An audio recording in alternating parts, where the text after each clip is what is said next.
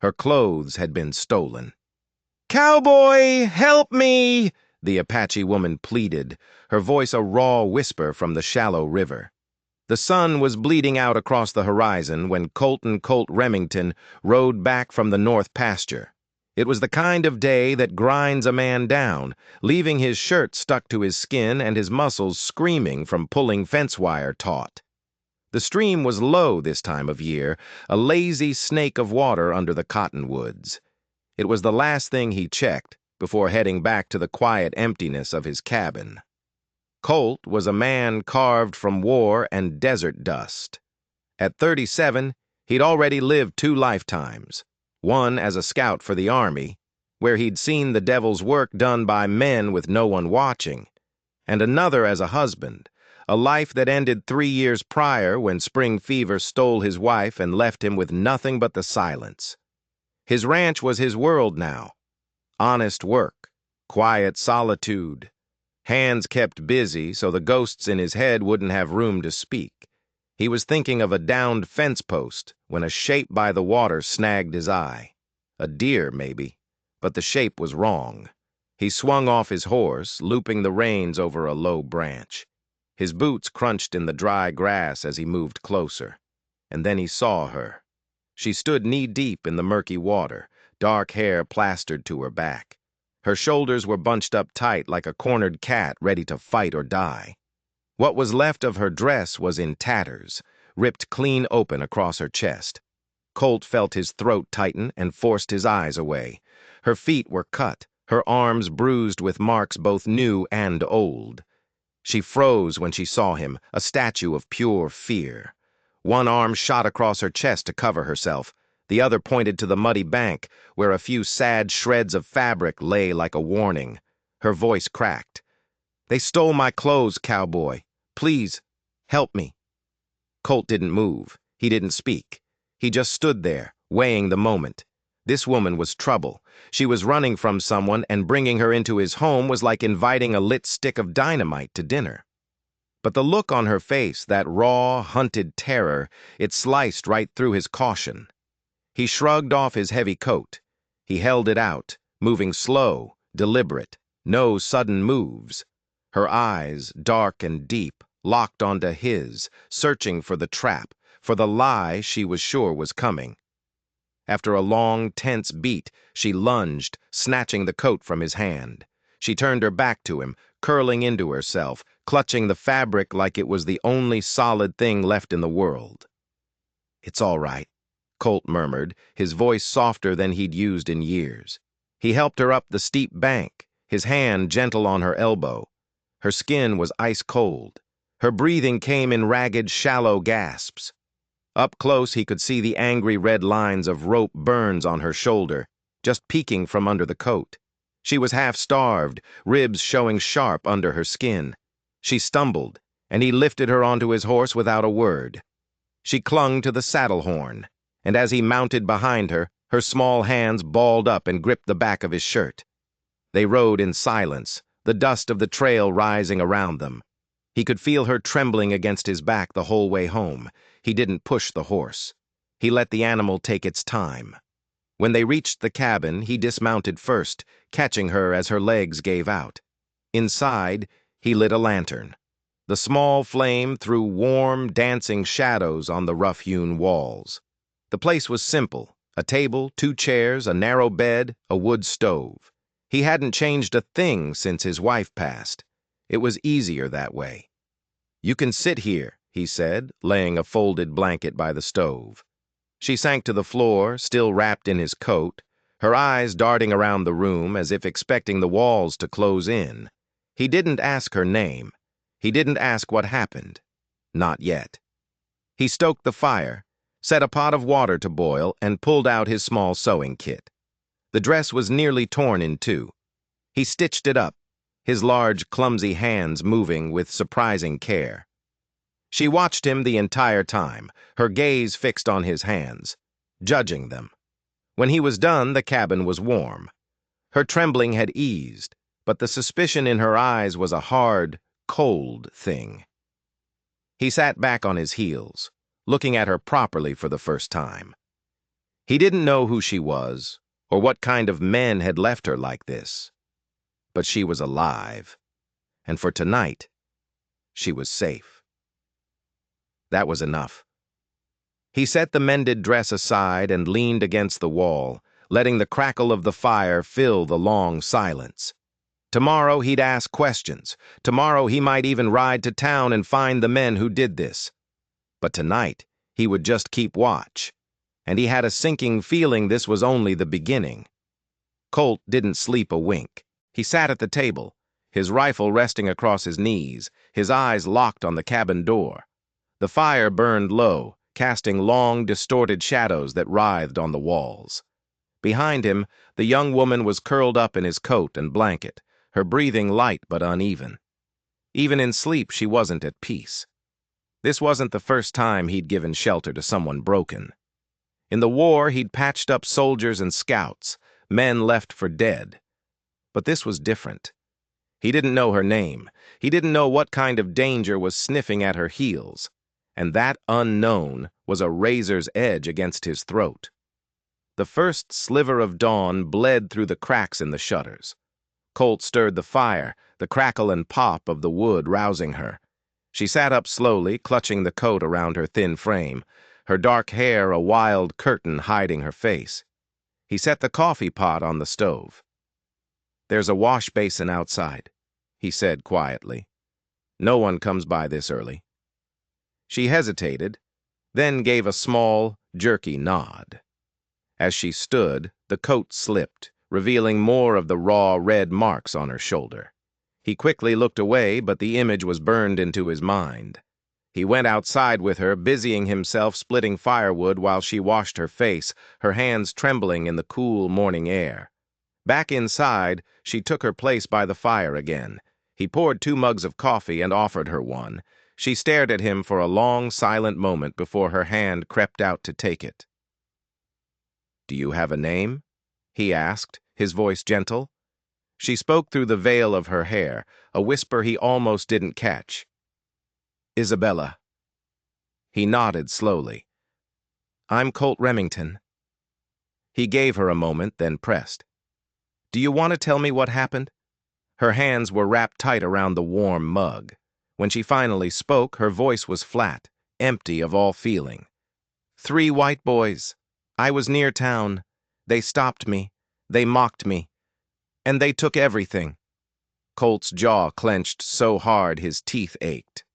"Just your clothes and food?" he asked. She nodded quickly.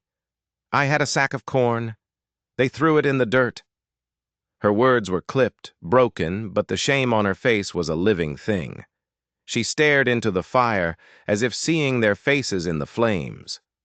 Colt knew the type. Young men full of whiskey and hate, looking for trouble. They would have seen her alone, vulnerable, easy prey. "You got family nearby?" he asked. Her voice sharpened. "No, I came north, looking for work. There's nothing left in the South." That told him everything he needed to know. Apache camps burned out, families scattered to the winds. She was lucky to be alive at all. He leaned back, the chair groaning under his weight. He had no reason to keep her, but leaving her to fend for herself was a death sentence. "You can stay a while," he said finally, "until you figure out where you're going." Her dark eyes narrowed with suspicion. "Why?" "Because I've got the space," Colt answered simply, "and I don't let people starve on my doorstep." She didn't thank him. She just set her empty mug down and pulled his coat tighter. After a silent breakfast, he handed her the mended dress. He turned his back while she changed, not looking until he heard a soft, "Done." "I've got work to do," he said, grabbing his hat. "You can rest, or you can come with me. Your choice." "I'll come," she said immediately, as if being alone in the cabin was a worse fate than facing the wilderness. They spent the day walking the fence line. She stayed close, limping from the cuts on her feet, but she never complained. After a while, she started handing him tools before he even had to ask. At midday, he stopped by the creek to water the horse. Isabella knelt nearby, washing the mud from her legs. She always kept her back to him. He realized it wasn't modesty. It was fear. She was afraid to leave a blind spot. "You don't need to keep looking over your shoulder here," he said quietly. "I watch out for myself," she replied, her voice sharp as flint. That night, he sat on the porch again, his rifle across his knees. Inside, he could hear her breathing, deeper and more peaceful than the night before. He knew this wasn't over. Those boys might come back. And if they did, he'd be ready. But as he stared out into the darkness, a strange thought occurred to him. He'd been so focused on who was chasing her, he hadn't stopped to consider what she might be running from. And when he'd helped her up from the riverbank, he'd felt something small and hard tucked into the waistband of her torn dress. Something she had made sure he didn't see. At dawn, Colt rose early. The sky was just turning a pale, bruised purple. The fire was down to embers. Isabella stirred behind him as he opened the cabin door, pulling his coat tighter around her shoulders. She ate the cornbread he offered her slowly, her eyes still flicking towards the door. She was like a wild thing, always ready to bolt. "You can stay inside today if you want," Colt said. She shook her head. "I'd rather work." Her voice was still quiet, but there was a new steel in it. He handed her an old pair of his socks to protect her cut feet, and she pulled them on without a word. They spent the morning hauling water from the creek to the corral. She worked without stopping, her thin arms trembling with the strain of the heavy buckets. "You can sit a while," he told her, but she just shook her head and kept moving. There was a fierce determination in her he hadn't seen before. Later, as they were mending a stretch of fence, he decided to ask, "Do you know their names?" She hesitated, her hand stilling on the wire. "One was Wade," she said quietly. "The others, I don't know." Wade Bonner. Colt knew the name, the son of a local ranch hand, a young man who smelled of cheap whiskey and trouble. "If they come here," Colt said, his voice low and hard, "you stay inside." Her dark eyes met his. "And you'll face them?" "If I have to," he said. They finished the work in silence and headed back to the cabin as dusk began to settle. Colt lit a lamp, and in its flickering glow, he saw her watching him, her expression unreadable. "Will you take me to town?" she asked, her voice a whisper. He studied her for a long moment. "Not yet. Not until I'm sure it's safe." She didn't argue.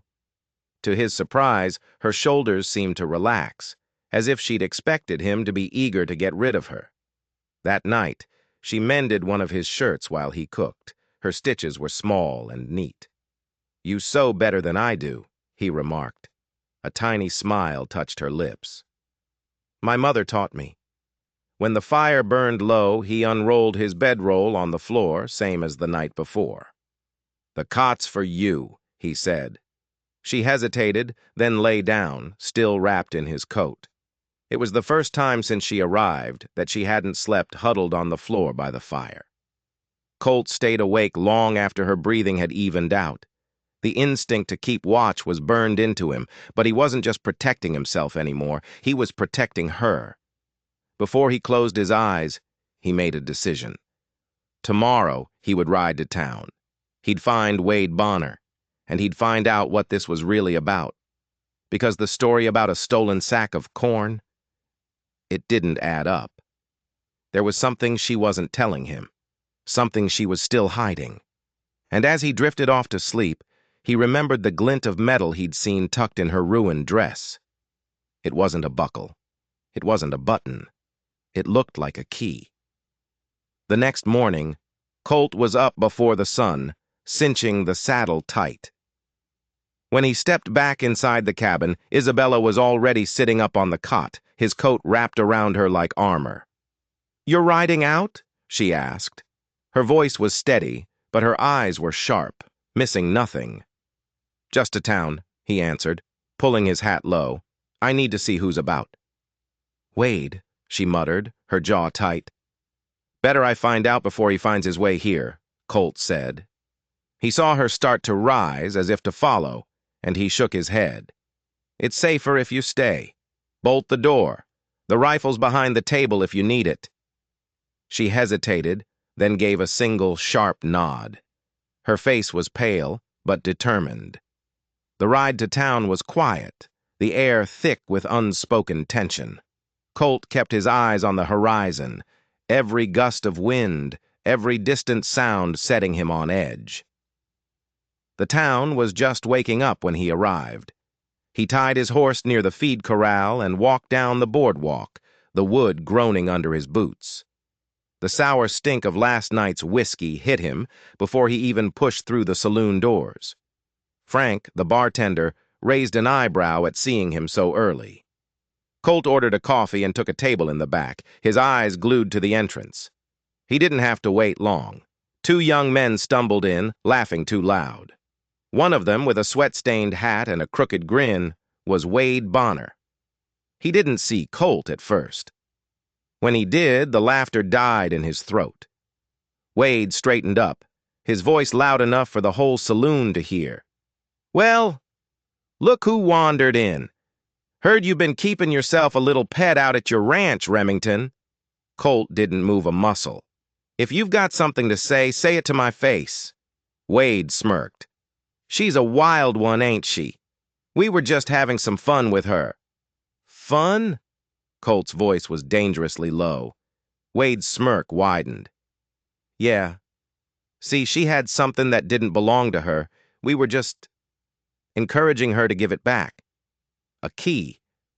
Colt's mind flashed back to the glint of metal. He rose slowly, his chair scraping against the floorboards. The saloon went dead silent. "If you set foot on my land again," Colt said, his voice cold as a grave, "you won't be walking back out." Wade's bravado wavered, just for a second. "Think you can keep her? She's worth more than you know." Colt's hand hovered over his pistol. "Get out." Wade held his gaze for a heartbeat longer, then spat on the floor and stormed out, his friends scrambling after him. Colt waited a moment, then followed, watching them ride out of town. This wasn't about a sack of corn. It was about something she had, something they wanted back, badly. When he got back to the ranch, smoke was curling from the chimney, but something was wrong. The air was too still. The cabin door was slightly ajar. He dismounted, his rifle in his hand, his heart pounding in his chest. "Bella," he called out, his voice tight. Silence. He pushed the door open. The inside of the cabin was a wreck. The table was overturned, the blanket torn, his meager supplies scattered across the floor. And Isabella was gone. But on the floor, next to where she'd been sleeping, was a small, intricately carved silver key, and beside it, a single fresh drop of blood. Panic, cold and sharp, seized Colt by the throat. He burst out of the cabin, scanning the ground. Tracks, 3 sets of horses leading away from the ranch, and the smaller, frantic footprints of a woman being dragged. They had her. He didn't hesitate. He swung onto his horse, his rifle in his hand, and spurred the animal into a gallop, following the trail of churned-up earth. His mind was a storm of fury and fear. He had been a fool. He'd left her alone, unprotected. He pushed the horse harder, the wind whipping at his face. He had to get to her. He followed the tracks for miles, his scout's eye picking out every broken twig, every displaced stone. They weren't trying to hide their trail. They were arrogant. They thought he was just a simple rancher. They were about to find out how wrong they were. The tracks led him to an old, abandoned line shack nestled in a rocky canyon. He dismounted, tying his horse in a thicket of trees, and moved forward on foot, silent as a shadow. He could hear their voices now, rough and laughing. He crept closer, his rifle raised, his finger on the trigger. He peered through a crack in the wall of the shack, and what he saw made his blood run cold. Isabella was tied to a chair, her head bowed. Wade Bonner was standing over her, holding something in his hand, a branding iron, its tip glowing red-hot from the fire. "Last chance, girl," Wade snarled. "Where's the map?" "Map?" Colt's mind reeled. The key. It wasn't for a door, it was for a box that held a map. Isabella lifted her head, her eyes blazing with defiance. "I'll die before I tell you." Wade laughed, a cruel, ugly sound. "That can be arranged." He raised the branding iron. Colt didn't think. He kicked the door off its hinges and burst into the room, his rifle barking. The shot went wide, meant to startle, not to kill. Wade's friends dove for cover. Wade spun around, his face a mask of shock and rage. "Remington!" he roared. "Let her go, Wade," Colt said, his voice deadly calm. "You're a dead man," Wade spat, drawing his pistol. The world seemed to slow down. Colt saw the flash of Wade's gun, heard the roar, felt a searing pain rip through his shoulder. He staggered back, but his own rifle was already level. He fired once. Wade Bonner's eyes went wide, a look of surprise on his face as he crumpled to the ground.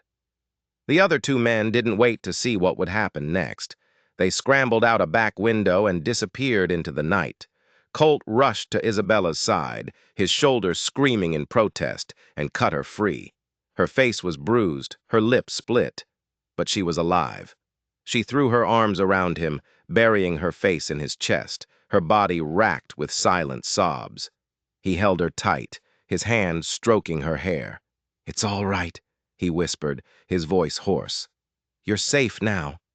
But as he looked down at the dead man on the floor, he knew that was a lie.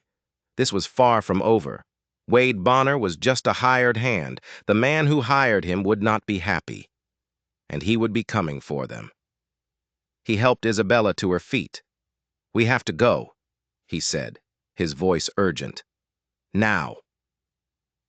As they stumbled out of the shack and into the cold night air, he knew they couldn't go back to the ranch. They were fugitives now, and they were running for their lives. The map, the key. Whatever secrets they held, they were secrets men were willing to kill for, and they had just killed the man sent to find them.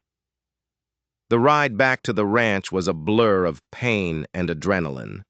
Colt's shoulder was on fire, a deep, throbbing ache that pulsed with every beat of his heart. Isabella clung to him, her silence a heavy weight on his back. The night was cold, the stars sharp and indifferent in the black sky. When they reached the cabin, it looked violated, a haven that had been breached. Colt slid off the horse, his legs unsteady. Isabella was right behind him, her hands helping to steady him as a wave of dizziness washed over him. "You're hurt," she said, her voice barely a whisper. "It's just a scratch," he lied, gritting his teeth against the pain. Inside, the chaos of the ransacked room was a stark reminder of how close they had come to death. Isabella immediately went to work, her movements quick and efficient. She lit a lamp, her hands surprisingly steady. She tore a strip from a clean shirt and gently, carefully, began to clean the wound on his shoulder. He watched her as she worked, her brow furrowed in concentration. The fear was still in her eyes, but it was overlaid with something else now, a fierce, protective resolve. "The key," he said, his voice raspy. "What does it open?" She didn't look up from his shoulder. "A box," she said, her voice low. "My father's box." "And the map?" She finally met his eyes, and he saw the depth of her grief and rage. "It's not a treasure map," she said, her voice thick with emotion. "It's a deed. The true deed to this entire valley, to the land that Silas Blackwood stole from my people." Silas Blackwood. The name hit Colt like a physical blow. Blackwood was the richest, most powerful man in the territory. He owned the biggest ranch, the town bank, the saloon. He owned the sheriff. He owned everything, and he had built his empire on stolen land and spilled blood. "My father tried to fight him legally," Isabella continued, her voice trembling. "He had the original Spanish land grant, the deed that proved our claim. Blackwood offered to buy it. My father refused, so Blackwood sent his men. They burned our camp. They murdered my family." Her voice broke. and she squeezed her eyes shut, fighting back tears. I was the only one who escaped. I took the box. I ran. Now it all made sense. The desperation, the fear, the secrets. She wasn't a criminal. She was a survivor, a keeper of a legacy, the last hope for justice for her people. Wade Bonner worked for Blackwood, Colt said, the pieces clicking into place. She nodded. He was supposed to get the key and the map, for a reward. Colt looked around the small, vulnerable cabin. They weren't safe here. Blackwood would send more men. He would not stop until he had what he wanted. We have to get that deed, Colt said, his voice firm. We have to expose him. How? Isabella asked, her eyes searching his. He owns everyone. The sheriff, the judge. No one will stand against him. Then we won't go through them, Colt said, a plan beginning to form in his mind. There's a federal marshal in Prescott, a man I knew in the war, a man who can't be bought. If we can get the deed to him, he'll bring Blackwood down. It was a long shot, a desperate gamble. Prescott was over 100 miles away through rough, dangerous country, and Blackwood's men would be hunting them every step of the way. But as he looked at Isabella, at the fire in her eyes, he knew they had to try. This was bigger than just them now. It was about justice. It was about reclaiming what was stolen.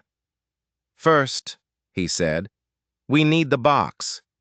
It's hidden, she said, in the old mission ruins, 2 days' ride from here. He nodded, his mind racing. They would need supplies, horses, weapons. They would have to move fast, cover their tracks, and stay one step ahead of the hunters. He looked at his wounded shoulder, then at the rifle leaning against the wall. The odds were against them. They were 2 people against an army. But he had a feeling they were both done running. Get some rest, he told her. We leave at first light. She nodded, her expression grim but determined. As she moved to the cot, he saw that she was no longer the frightened girl he had found in the river. She was a warrior, and he was standing with her. He knew then that his quiet, solitary life was over. He had been pulled into her fight, and he wouldn't back down. Whatever came next, they would face it together. And Silas Blackwood was about to find out that he had messed with the wrong people. The calm before the storm had broken, and the hurricane was just beginning. They left before dawn, the sky a canvas of gray and violet. The air was thin and cold, biting at their exposed skin. Colt had packed what little they had, some dried meat, a water skin, ammunition, and the silver key, which Isabella had tucked securely into her boot. His shoulder was a ball of fire, but he ignored it, his focus sharp and clear. They rode hard, pushing the horses, putting as much distance as possible between them and the ranch. They didn't speak, the silence between them filled with the rhythmic pounding of hooves and the rush of the wind.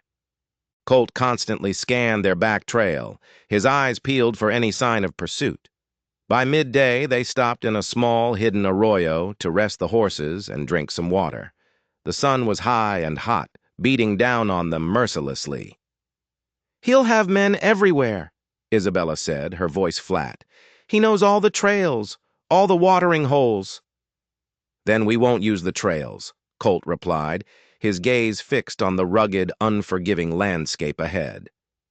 We'll go where they won't expect us. He led them up into the high country, through treacherous rocky terrain that would tear a lesser horse to shreds. It was slower, more dangerous, but it was their only chance. For 2 days they traveled like ghosts, speaking only when necessary, eating on the move, sleeping in short, fitful bursts. Colt's army training came back to him as if it were yesterday. He knew how to read the land, how to find water where there seemed to be none, how to move without leaving a trace.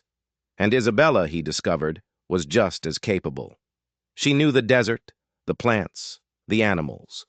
She moved with a quiet grace and a strength that belied her small frame.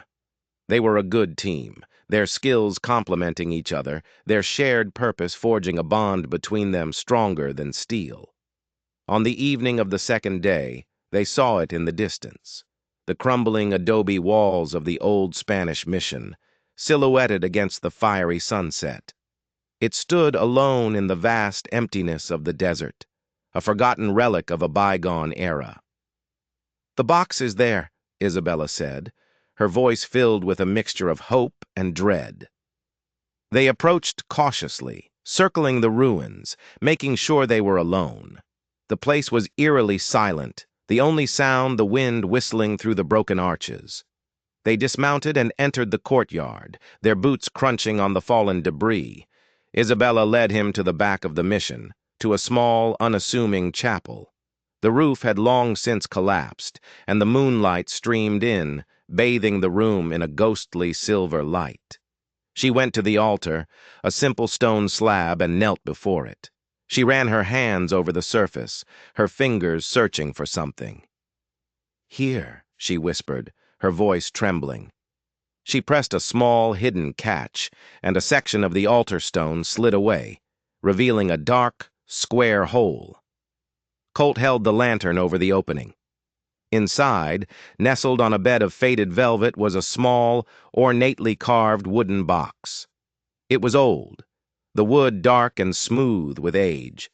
In the center of the lid was a silver lock, a perfect match for the key Isabella carried. She reached into her boot, her hand shaking, and pulled out the key. She fitted it into the lock and turned. There was a soft click, and the lid sprang open. Inside, resting on another piece of velvet, was a single rolled-up piece of parchment, tied with a leather thong. The deed. Isabella reached for it, her fingers trembling as they closed around the fragile document. A look of pure, unadulterated triumph washed over her face. "We have it," she breathed. But their victory was short-lived. A voice, cold and menacing, echoed from the shadows of the chapel. "I'll be taking that." They spun around. Leaning against a crumbling pillar, a cruel smile on his face, was a man Colt had hoped he would never see again. It wasn't one of Blackwood's ranch hands. It was a man from Colt's own past. A fellow scout, a man dishonorably discharged for brutality, a man named Jedediah Kane. And he wasn't alone. Behind him, emerging from the darkness, were half a dozen heavily armed men. "Kane!" Colt breathed, his hand instinctively going for his pistol. "Remington!" Kane sneered. "Small world, ain't it? Blackwood pays well, very well. Now hand over the box. And the girl." They were trapped, outnumbered and outgunned. Colt's mind raced, searching for a way out, but there was none.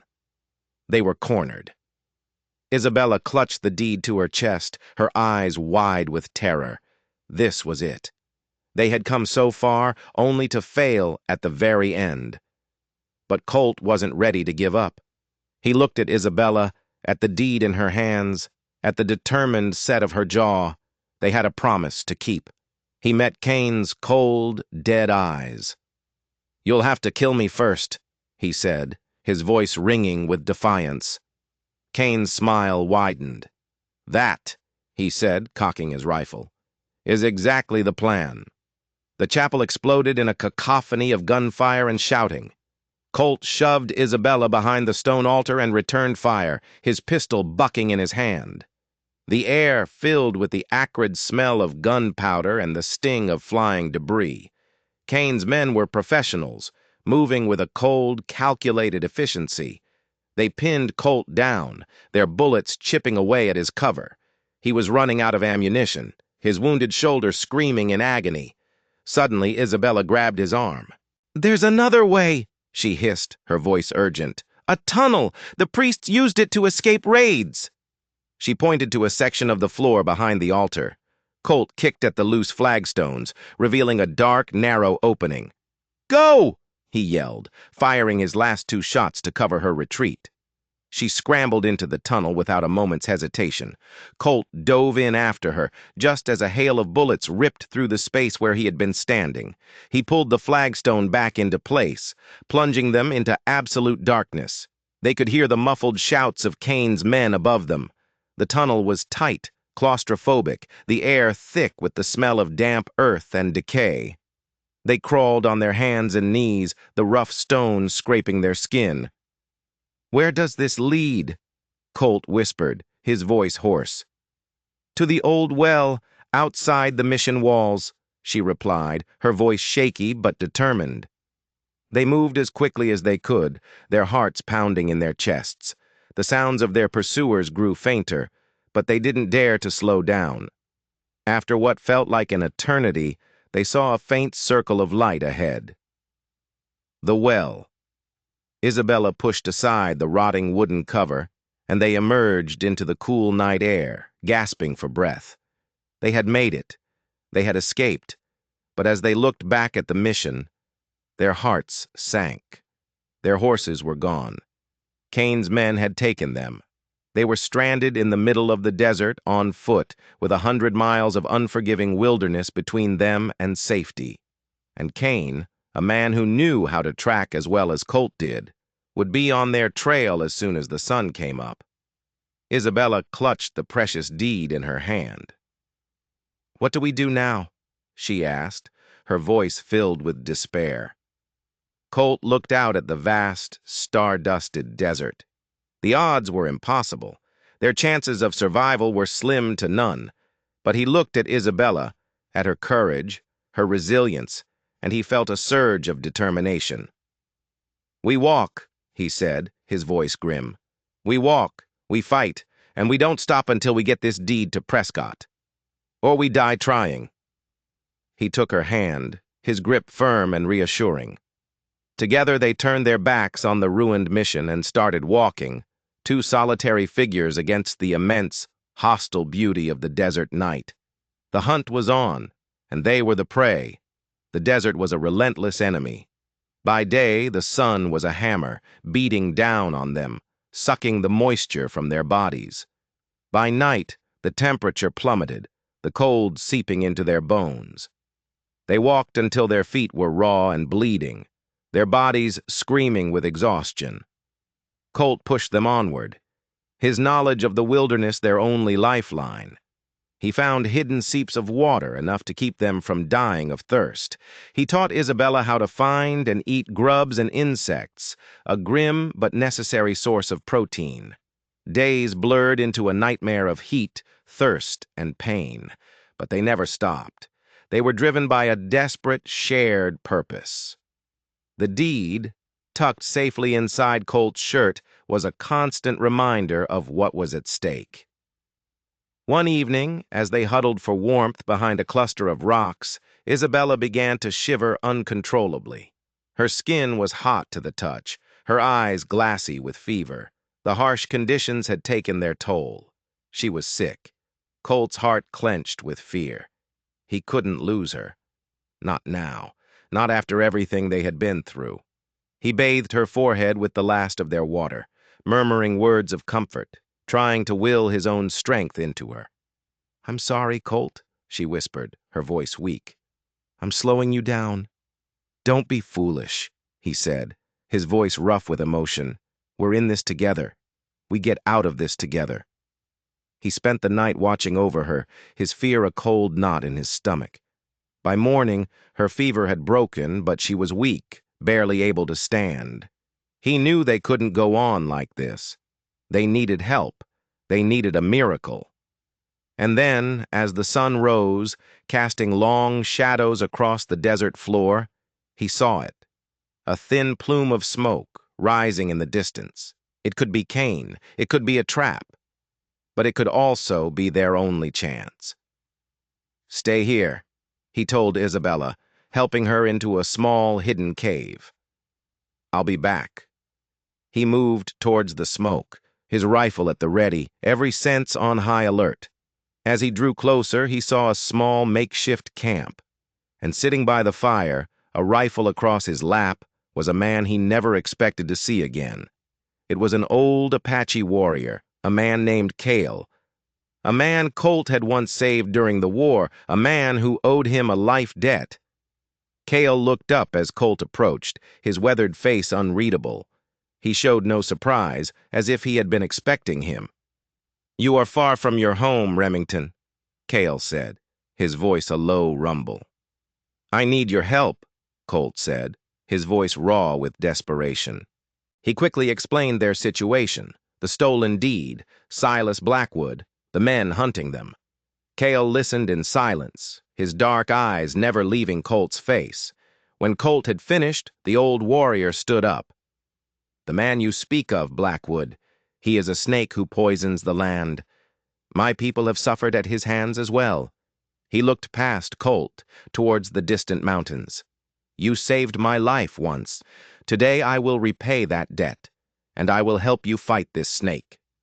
Cale led Colt back to Isabella, his medicine bag in hand. He tended to her with ancient remedies, his touch gentle and sure. He gave them food, water, and 2 strong ponies from his own herd. With renewed hope, they set out again, Cale guiding them through secret paths known only to his people, paths that would be invisible to their pursuers. They traveled faster now, the rugged mountains their shield. But Cain was relentless. One afternoon, as they were navigating a narrow canyon pass, they heard the telltale sound of rifle fire echoing off the rock walls. They were ambushed. Cain and his men were positioned on the ridge above them, firing down with deadly accuracy. Colt, Isabella, and Cale dove for cover, the rocks around them exploding into dust. "There are too many of them!" Isabella yelled over the gunfire. "We have to draw them down!" Colt shouted back. "Into the canyon!" It was a desperate plan, a suicidal gamble, but it was their only chance. Colt and Cale laid down a volley of covering fire while Isabella, clutching the deed, scrambled deeper into the canyon. Then, with a shared look of understanding, the 2 warriors charged. They moved with the deadly grace of men who had seen too much war, their rifles speaking in a steady, lethal rhythm. They were outnumbered, but they fought with the ferocity of cornered wolves. One by one, Cain's men fell, their surprise attack turning into a bloody, chaotic firefight. Enraged, Cain abandoned his position on the ridge and came after them himself, his face a mask of pure hatred. He and Colt met in the center of the canyon, a maelstrom of dust and gunfire. Their pistols were empty. They threw them aside and drew their knives, circling each other like predators. Their fight was brutal, primal. It was a clash of 2 men who were mirror images of each other, 2 sides of the same coin. Cain was stronger, but Colt was faster, smarter, driven by a righteous fury. They rolled in the dust, their knives flashing in the sun. Cain gained the upper hand, his knife at Colt's throat. "It's over, Remington," he snarled. But he had forgotten about Isabella. A rock, thrown with all her might, struck Cain in the side of the head. He staggered back, momentarily stunned. It was the opening Colt needed. He lunged forward, driving his knife home. Cain's eyes went wide with shock, a gurgle escaping his lips as he collapsed in the dust. It was over. Colt lay on the ground, gasping for breath, his body a canvas of cuts and bruises. Isabella rushed to his side, her face streaked with tears and dust. Cale was wounded, but alive. They had survived. They had won. They rode into Prescott 2 days later, a battered, weary, but triumphant trio. The federal marshal, a man named Elias Thorne, listened to their story, his expression growing grimmer with every word. He examined the deed, his eyes widening at the blatant forgery of Blackwood's signature and the clear evidence of the original Spanish land grant. "Silas Blackwood has been a thorn in my side for years," Thorne said, his voice like gravel. "But I've never had enough to bring him down. Until now." Justice came swiftly. Marshal Thorne rode into the valley with a posse of deputies, the deed in his hand and a warrant in his pocket. Silas Blackwood, the untouchable king, was arrested in his own opulent mansion, his reign of terror finally at an end. His hired guns, including the two who had escaped the line shack, were rounded up and jailed. The valley was free. Isabella, with the true deed now legally recognized, was the rightful owner of her ancestral lands. She stood on a hill overlooking the vast, beautiful valley, the wind in her hair, a look of peace on her face. Cale and his people returned to their home, their future secure. Colt stood beside her, his arm around her shoulders. He had found something he thought he had lost forever, a reason to fight, a reason to live. "What will you do now?" he asked her softly. She turned to him, her dark eyes shining. "We will rebuild," she said, her voice filled with a quiet strength. "We will make this a home, a place of peace." She took his hand, her small fingers intertwining with his. "Our home." Colt looked into her eyes and saw his future. He saw a life of love, of purpose, of healing. He saw a home. He leaned down and kissed her, a long, slow kiss filled with all the promises of a new beginning. The ghosts of his past were finally silent. He was no longer a man alone. And as they stood there, watching the sun set over their valley, they knew they had not just survived. They had triumphed. They had fought for justice, and they had won. Their story, forged in fire and blood, was a testament to the enduring power of hope, courage, and the unbreakable bond between two people who had found each other in the darkest of times. If you believe in fighting for what's right, no matter the odds, then hit that subscribe button, and let us know in the comments below. What would you risk everything for?